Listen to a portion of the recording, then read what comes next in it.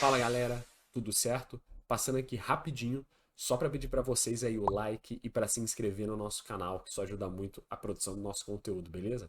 Valeu, espero que gostem aí do vídeo. Fala galera, tudo certo com vocês? Mais um vídeo aqui no canal. E hoje estou trazendo mais uma vez um vídeo sobre a seleção brasileira.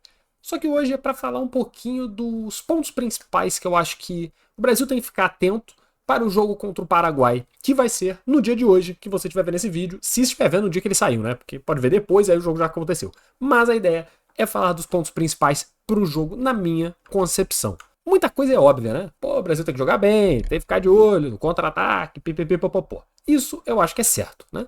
Porque o Paraguai vai com certeza jogar de maneira defensiva, mesmo que o jogo seja no Paraguai, né? A tendência é que, de qualquer forma, o time jogue totalmente recuado para suportar o Brasil e sair em contra-ataques e, principalmente, talvez, fazer gol de cabeça. A bola parada talvez seja a principal arma do Paraguai para essa partida, porque também não tem um ataque muito recheado de jogadores bons para, enfim, decidirem o jogo em poucas oportunidades. Eu acho que tem dois pontos importantes aqui que devem ser trabalhados bem pela comissão e pelos jogadores antes dessa partida. O primeiro é analisar uma análise da tabela aqui que me leva a esse ponto, né? O Brasil hoje, né, já tendo vencido a 7ª rodada do Equador, né, rodada passada, essa semana ainda, né? O Brasil está em 4º lugar, né, com 10 pontos. Tá relativamente tranquilo, né? O time que tá ali na repescagem, né, que seria a marca do você não quer estar ali, é o próprio Paraguai com 6 pontos. Então uma vitória, né, abre uma margem muito interessante para o Brasil. O Brasil abriria 7 pontos, ficaria extremamente tranquilo e voltaria ao lugar que nunca deveria ter saído, que é o de levar as eliminatórias como uma preparação para a Copa e não como realmente uma disputa pela vaga como estava sendo até então, né, devido aos resultados recentes do time. A vitória deve acontecer, porém, não dá para o Brasil entrar achando que está tudo certo. Ah, ganhamos o primeiro jogo no Brasil, de uma seleção mais forte, que é o Equador. Então, pô, dá uma relaxada, vamos jogar contra o Uruguai, que é um time fraco, e é mesmo um time fraco, e vamos vencer. Essa não pode ser a cabeça. Até porque o Paraguai é um time muito duro, parecido com o que foi o jogo do Equador. É um time que vai com certeza levar para o jogo físico, para a porradaria. Então não pode, e esse é o primeiro ponto, entrar com uma cabeça de meio que levar na maciota, porque o gol vai sair. Eu não acho que é assim. Eu não acho que o gol vai sair dessa forma. Ele precisa ser construído, precisa ser trabalhado e precisa ser buscado todo segundo. Porque senão não vai acontecer. Até porque a ideia do Paraguai é um empate. O empate do Paraguai tá bom. Tá bom. Então é isso que eles vão buscar. O Brasil vai ter que agredir o Paraguai. Mas tem que ser realizado. Senão não vai rolar. Um outro ponto, na mesma em contrapartida, né? Também não dá para o Brasil entrar mega pressionado. Assim como vinha entrando em outras partidas, né? Tem que tentar encontrar um meio termo. Você não pode entrar pensando que o jogo vai ser fácil, mas também não pode entrar se cagando pro Paraguai.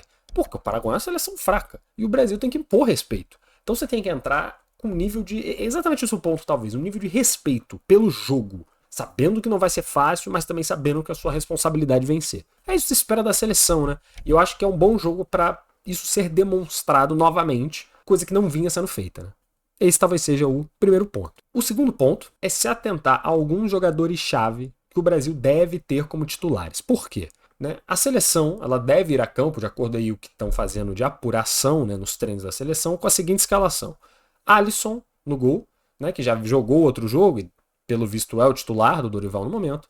Danilo, Marquinhos, Gabriel Magalhães e Arana, que também é uma repetição da linha de zaga, até porque o Militão tá fora e o Gabriel Magalhães foi o escolhido para entrar no lugar do Militão, né? E o Arana para tentar dar mais profundidade. No meio, o André, o Bruno Guimarães e o Paquetá, a mesma linha de volantes barra meio de campo do primeiro jogo, que não foi muito bem. E no ataque, Rodrigo, Vinícius Júnior e o Endrick na frente. Aí a gente tem a mudança, que é a saída do Luiz Henrique e o Rodrigo, que não joga mais de 9, né, de falso 9, sim de ponta direita, e o Endrick jogando de centroavante. Eu acho que o segundo ponto de atenção é exatamente nisso aqui. É a mudança que o Brasil teve de formação tática em campo e do jeito de jogar.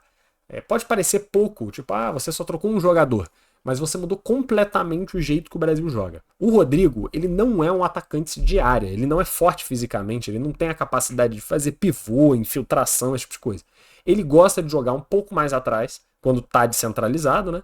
para conseguir achar bons passes também e aparecer para finalização, como foi o gol, né? O Endrick é um jogador diferente. O Endrick é um jogador que, mesmo muito jovem e por isso com mais dificuldade para fazer ainda pivôs e coisas do tipo, ele tem muita capacidade física de disputa de bola e de infiltração, né? Fazendo o famoso facão e coisas do tipo, para dar essa profundidade para o time, que é o que parece que estava faltando.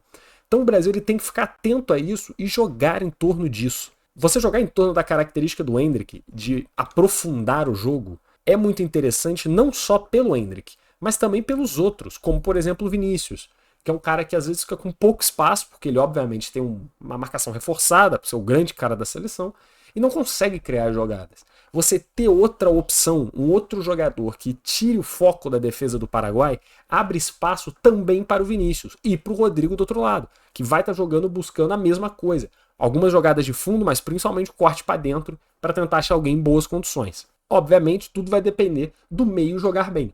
Lucas Paquetá e o Bruno Guimarães não fizeram um bom jogo, e eles não vêm fazendo bons jogos. O André sim, o André jogou muito bem, só que ele tá jogando de primeiro volante, uma posição que influi menos no ataque, mas pelo menos dá um pouco mais de tranquilidade defensiva, que eu não acho que vai ser problema, tá? O time do Paraguai não tem capacidade ofensiva, então essa linha tá mais do que boa para segurar. Talvez até deixar o time mais ofensivo seja necessário em algum ponto do jogo, tirando um Bruno Guimarães, até mesmo o André, e pôr mais um atacante, mais um jogador de velocidade, aí sim talvez um Luiz Henrique, enfim, outras opções. Mas vai depender também, principalmente do Paquetá e um pouco do Bruno Guimarães, encontrar os jogadores em boa posição. De nada adianta você ter a mudança tática possibilitando uma infiltração centralizada com o Endrick e não ter o passe que encontre ele, né? Ele não vai vir buscar a jogada, ele vai estar esperando a jogada no pé dele. Então, de novo, tem bastante responsabilidade no Bruno Guimarães e no Paquetá, que precisam assumir isso e começar a jogar um pouco melhor. Porque senão o Brasil não vai conseguir andar direito, né? O Vinícius, ele tem que melhorar, isso é óbvio, e o Rodrigo também. Só que eu acho que o principal é essa nova interação tática do ataque do Brasil. Bom, tirando isso, um último ponto de atenção que eu acho que é importante também levar em consideração é que esse jogo não é no Brasil, esse jogo é no Paraguai. Beleza, que deve ser um amasso de qualquer forma.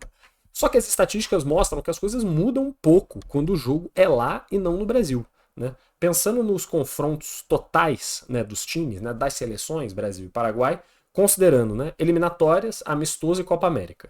Isso eu peguei do site O Gol, que tem uns raio-x bem legal, né? Então eles trazem todas essas informações que a gente consegue repassar aqui. O Brasil em casa tem um aproveitamento de 71% contra o Paraguai.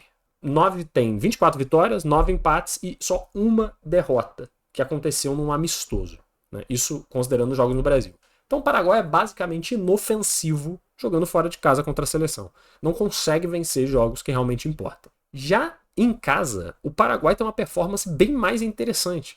Tiveram 20 jogos, sendo que 12 foram vitórias do Brasil, 4 foram empates e 4 foram vitórias do Paraguai. Inclusive, uma vitória na Copa América, que foi o único jogo que teve entre Brasil e Paraguai, em Copa América no Paraguai, e também 2 vitórias em eliminatórias da Copa do Mundo, né? Então, é um time que, você fala, 20% ainda é pouco. Sim, ainda é pouco, mas 20% é muito mais do que zero. Então, assim, ou do que 3, se você for pensar nos jogos totais.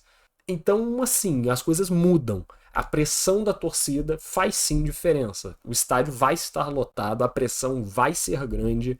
O árbitro às vezes fica um pouco, né, caseiro também, isso acontece. Então o Brasil tem que saber disso, tem que estar atento e não pode cair no joguinho do Paraguai, que vai ser um jogo de falta, de desconcentração, de tentar tirar o Brasil do prumo e embalado ali pela torcida, achar um gol e conseguir essa vitória com o Brasil meio atordoado. Não pode cair nessa armadilha. Se fizer isso, muito provavelmente vai acabar ganhando o jogo, né? Se não cair, obviamente, na armadilha. Dito isso, é isso o vídeo de hoje. Só alguns insights que eu tive aqui sobre o jogo do Brasil. Depois, obviamente, amanhã vamos ter a análise do que aconteceu de fato na partida e se o time seguiu aí as minhas orientações. Óbvio que ninguém vê o meu vídeo, né? Ninguém da seleção vê o meu vídeo. Mas quem sabe eles não seguem as minhas orientações e o Brasil sai com um grande resultado. Vamos voltar amanhã fazendo essa análise. Muito obrigado, agradeço o tempo de todo mundo e até o próximo vídeo.